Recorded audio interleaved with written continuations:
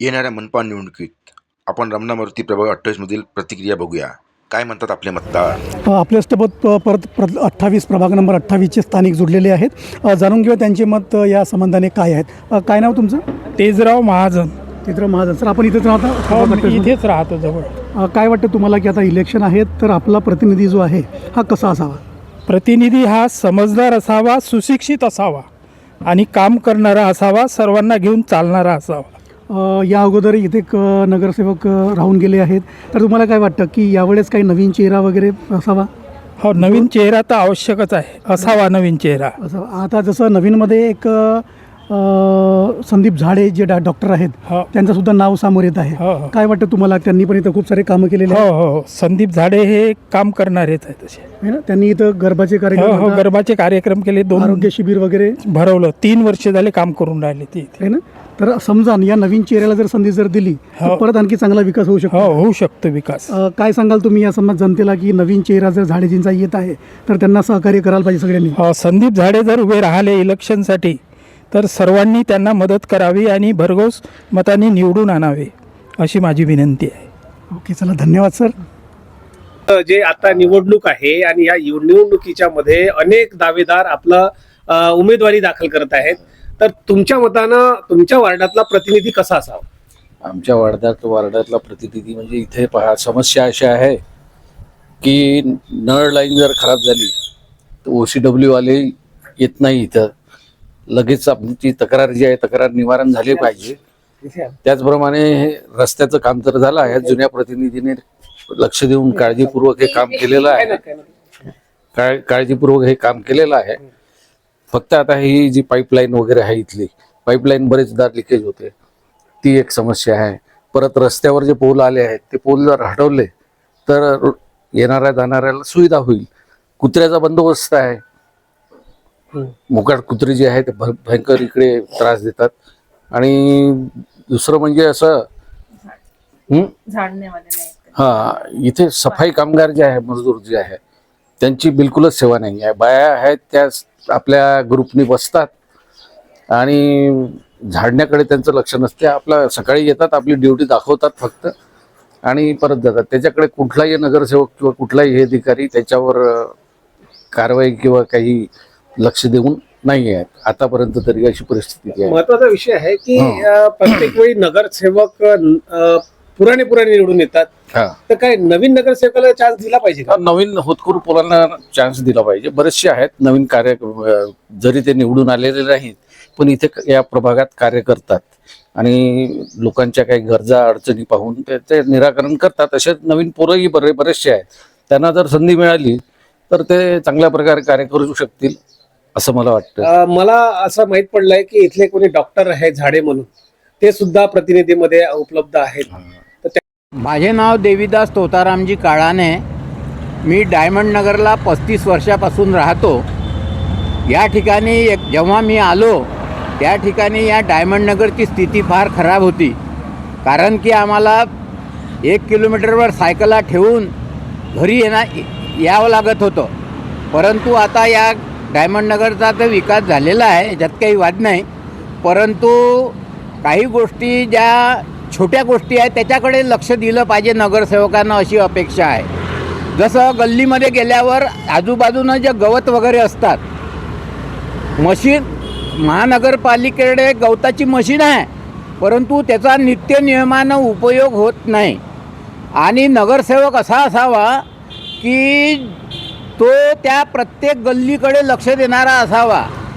कारण की यापूर्वीचे आमचे जे अनुभव आहे, हे अनुभव असे आहे, फक्त नगरसेवक आपल्याच कामाकडे लक्ष देते, जे सर्वसामान्य जे लोक आहे त्याच्या कामाकडे लक्ष देत नाही.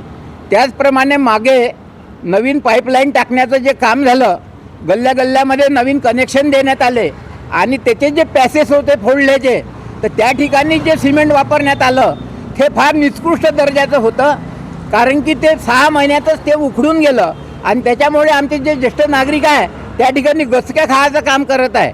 आणि याकडे कोण्या अधिकाऱ्याचंही लक्ष नाही ना नगरसेवकाचं लक्ष आहे. आणि म्हणून जे काही आहे छोट्या गोष्टी, एक छोटी गोष्ट आहे, त्यांनी रोड तर बांधला जोरदार, परंतु त्याच्यामधला जो स्पेस आहे, जो खोदलेला पेस आहे, त्या ठिकाणी निकृष्ट दर्जाचं मटेरियल वापरण्यामुळे तो गाड्याच्या वाहनामुळे ते निघून जाते आणि त्याच्यामुळे ते गचके तयार राहतात. आणि म्हणून नगरसेवकाचं लक्ष या सगळ्या बाबीकडे असायला पाहिजे आणि नगरसेवक त्यांचा ऑफिस असायलाच पाहिजे. कारण की आता एक ऑफिस आहे शिवसेनेचं ऑफिस आहे आणि त्या ठिकाणी खरोखरच आम्हाला जे गोष्टी आहे, इलेक्ट्रिकचा काही अडचण असेल, गटर लाईनची काही अडचण असेल किंवा जे काही प्रॉब्लेम असतील ते त्या ठिकाणी रजिस्टर आहे आणि त्यामध्ये आम्ही त्या ठिकाणी आपली एंट्री करून देतो आणि त्याच्यामुळे आमचे पुष्कळसे प्रश्न सुटतात.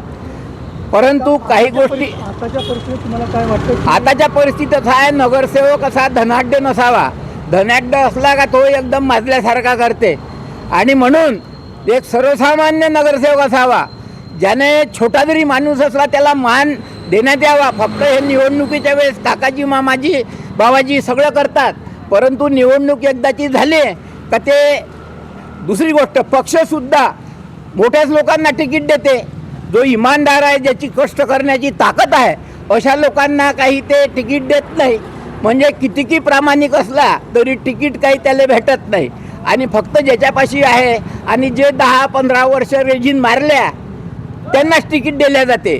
मला सांगा, फक्त लोकशाही का ह्याच फक्त ह्या जे लीडर आहे त्यांच्यासाठीच आहे का? सर्वसामान्यासाठी आहे. म्हणून नगरसेवक असा असावा, प्रामाणिक असावा आणि लोकांनी बी गरज आहे, प्रामाणिक जो माणूस असेल त्यालाच निवडून दिलं पाहिजे. प्रत्येक गृहस्थ आपल्यासोबत एक ज्येष्ठ नागरिकसुद्धा जुडलेले आहेत, ज्यांनी आमच्यापेक्षाही खूप पाहिलेलं आहे, इलेक्शन बघितलेले आहेत आणि हिवाळे पावसाळ्याचे म्हणून आपण बघितलेलं. काय सर, नमस्कार. काय सांगाल तुम्ही की आता महानगरपालिकेचे इलेक्शन आलेले आहेत, तर आपला नेता जो आहे, प्रतिनिधी, हा कसा असायला पाहिजे? नेता कसा असायला पाहिजे?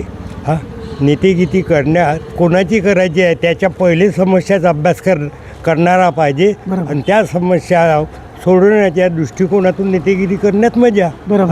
राजकीय सत्ता घेणे, खुर्चीवर बसणे, आणि त्यात काही भ्रष्टाचारचे मार्ग सापडते का शोधणे, नाही सापडले तर आनंद मानणे, याच्याशिवाय काही असा नेता बरोबर. आता आपल्या प्रभागामध्ये जर आपण विचार केला तर एक आपलं जुनं नगरसेवक सुद्धा आहेत आणि काही नवीन चेहरे सुद्धा आता तुम्हाला काय वाटतं की नवीन चेहऱ्यांना यावेळेस संधी द्यायला पाहिजे काय? हे संधी देणं नाही, हे बाकीच्या मतदाराच्या याच्यावर आहे. संधी देण्यासाठी निरनिराळे पर्याय असतात, घुसखोरी असतात, दुसरी गोष्ट वरच्या लोकांचा हात असतात. अरे हे आपणात बच्चे आहे, असे जुनेच नेते का कारभार चालवणार आहे? बरोबर. जे वरिष्ठ नेते आहे ना त्यांच्याच आधारे कारभार चालतो. नवीन माणसाचा काही असा विशेष प्रभाव नवीन मतदारांवर पडतो सध्यात इतक्या कमी दिवसात अजून अशक्य. विकासाच्या बाबतीमध्ये काय म्हणाल? आपल्या परिसरामध्ये विकास त्या पद्धतीने झालेला आहे का?